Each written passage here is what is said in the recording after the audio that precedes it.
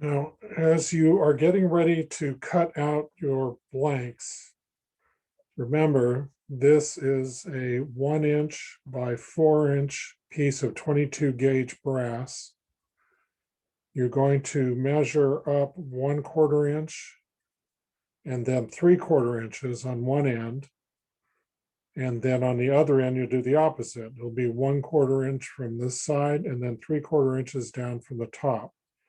That center diagonal line is where you're going to cut.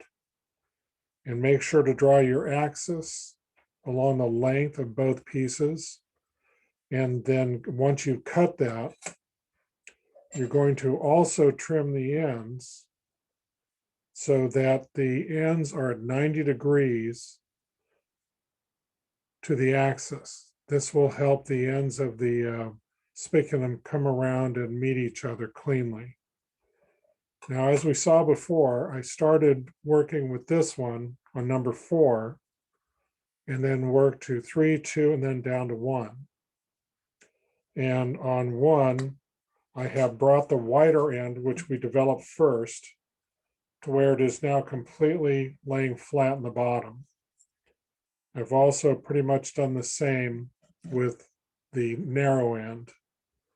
So make sure that as you're working that far end, I press down a little bit to try to keep the length of this relatively straight. It's going to curve a little bit. So once I've maxed out on this swage block, I'm now switching to the smaller spiculum forming block with each of you have. And I'm going to work a little bit in the beginning on the narrow end so that I can make sure to have the center of the spiculum established. So I'm going to start in the larger one right near the end, working right in the center.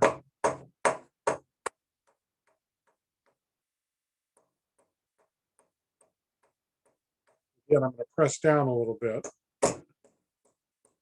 holding end.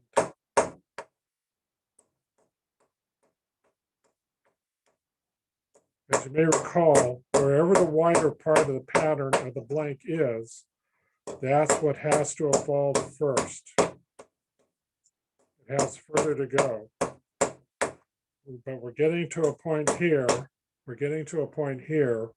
I need to get this to curve in.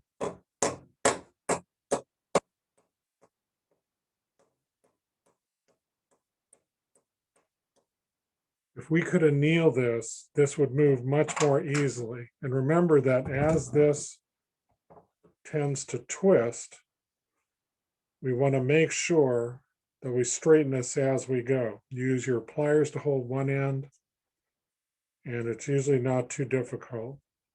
Another way you can do this is to lay one end down, press, and then twist the other end.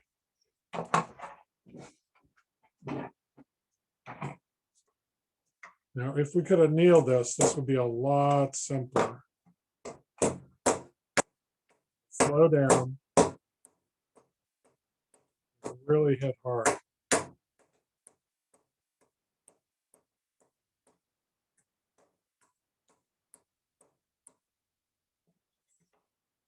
You can see it's beginning to curve a little bit. So now I'm going to come to the wider end, and where you might think that you're going to hit right next to the contour of the blank, I'm actually going to hit back here a little bit, about right here, with the round side of the hammer face. But I'm going to use the larger mallet because it has more weight. So watch how this arc changes. So I'm going to hit on one side first.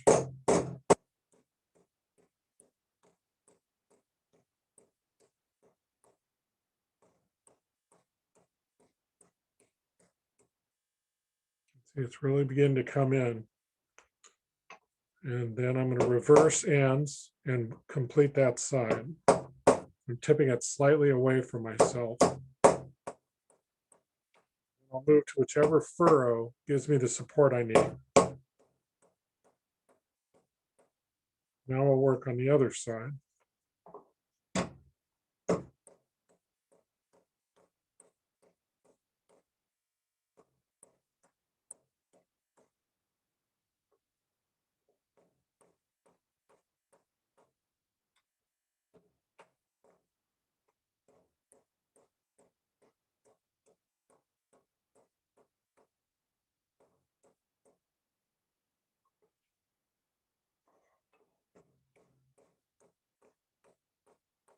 Notice as I get to the end here, can you hear me hitting the wood?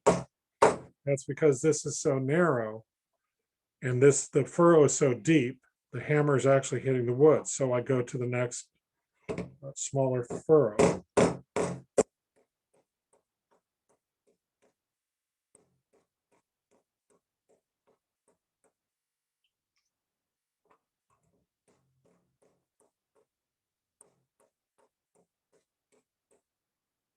Check it.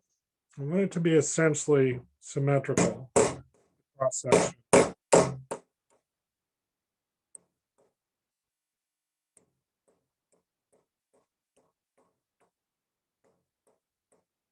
Notice how I'm pulling the hammer toward me like this, almost like I'm raking the metal toward me. Make sure that the spot I'm hitting is in contact, supported by the wood block.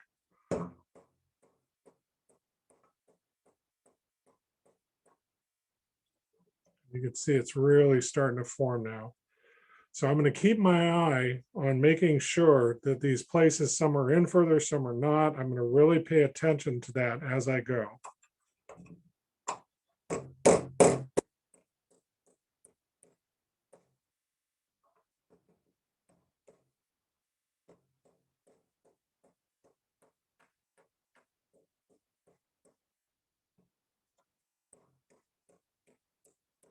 That's how when I move from one place to the other, I can press with the hammer to hold it, relocate my hand.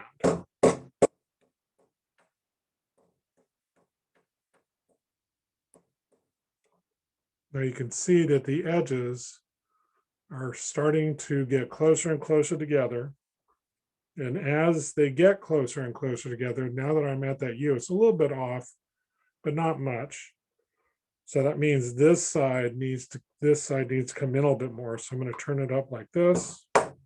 See if I can even that out a little bit better. I'm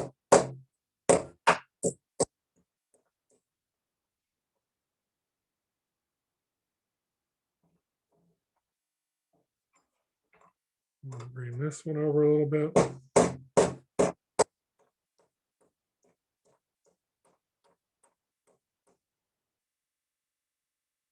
Not too bad. Okay, so now I'm just going to start to close it. I'm going to hit further and closer and closer to the edge. So I'm going to be hitting about here now. Before I was hitting back here. Now I'm going to hit about there.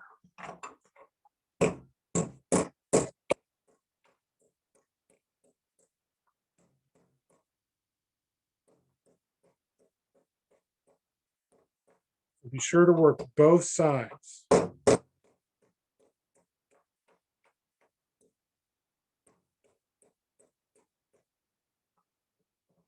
Little by little.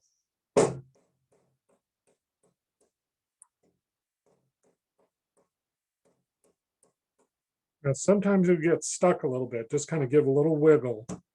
That it grabs into the wood a little bit.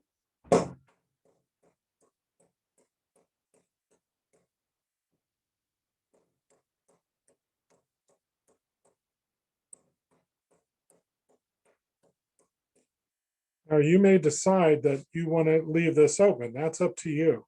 But do what you can to try to make sure that the spacing is even. One way you can help that is by using your rivet hammer, and be careful because you don't want to cut yourself. I would do it this way, just kind of slide that cross peen. I'm laying it on its side and just kind of running it through. Another way you can do it is put it like this and support it on the synclastic block. And this way I can start to get those edges really nice and consistent. So let's go ahead and close it. Right now, I'm right up on the edge of the metal, right there on the edge of the blank.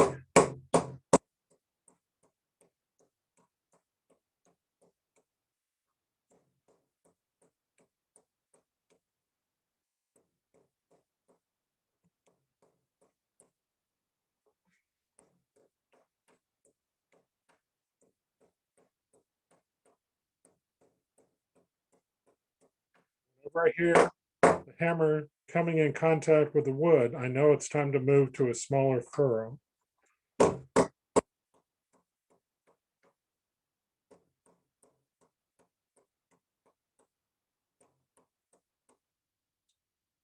And then remember to pay attention. Is it this side that needs to come in more or this side that needs to come in? Look down the length of it and figure out which one needs it more. Now I'm right up on the edge of the metal again.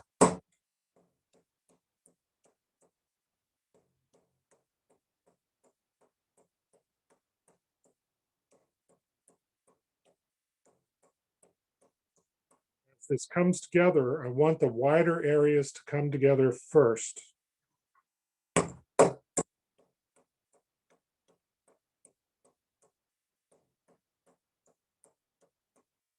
And then I work my way along the length of it to close the rest. But I always work from where the areas are closer to where I want them to be toward the other end. So even though I've reversed this, I'm still going to work from here, the more tightly closed areas, over to these parts where the seam is still a bit open.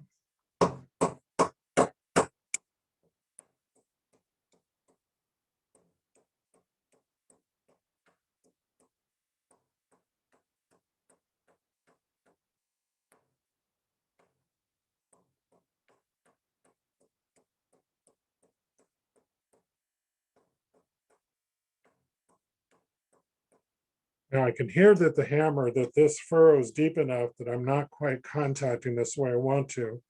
So now I'm going to gently move up on top of the flat part of the block.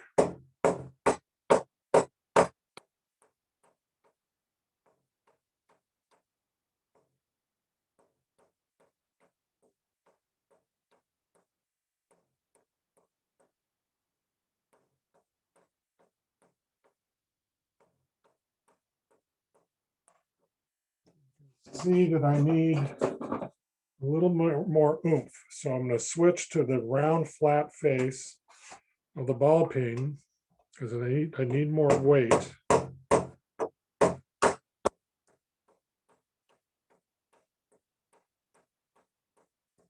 More solid hammer blow.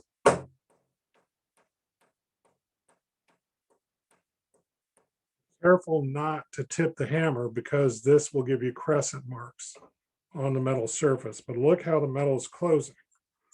The seam is closing.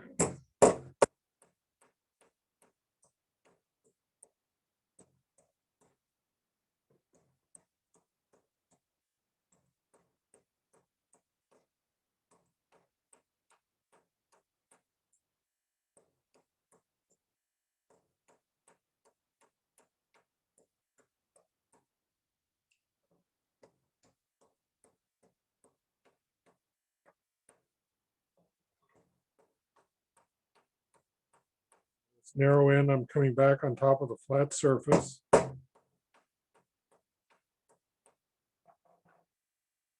pretty much there you have it.